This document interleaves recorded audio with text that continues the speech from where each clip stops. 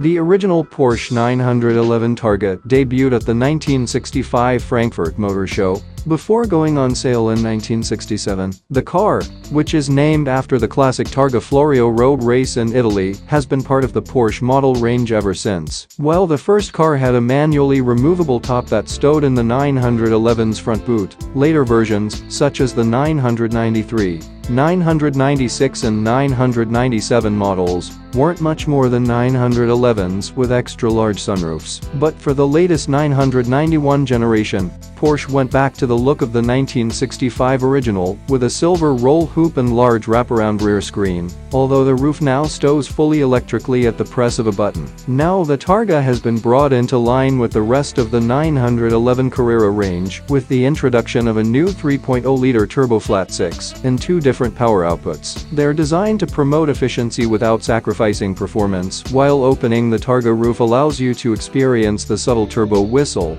that now accompanies the flat 6 soundtrack. Unlike the 911 Cabriolet, the Targa is only available in 4×4's four-wheel drive variants, although it commands the same price as the 4×4's Cabriolet. So the only choice you have to make is whether you want a full drop top or like the appeal of the Targa roof. Heavier 911 Targa isn't quite as sharp as a 911 coupe to drive, but it's still thrilling. The extra weight of the folding roof mechanism means the Targa weighs 110 kilograms more than the coupe and 40 kilograms more than the Cabriolet, so it's definitely not the sharpest 911 you can buy. Nevertheless, if you spec a Targa 4s with PDK and Sport Chrono Plus, it will be able to hit 0 to 62 miles per hour in 4.3 seconds. That's a tenth faster than the naturally aspirated model. The figures aren't wildly different, then, but you'll notice that below about 4,000 RPM the acceleration isn't quite as rapid as what you'll find in a 911 coupe, and the transition from naturally aspirated power to turbos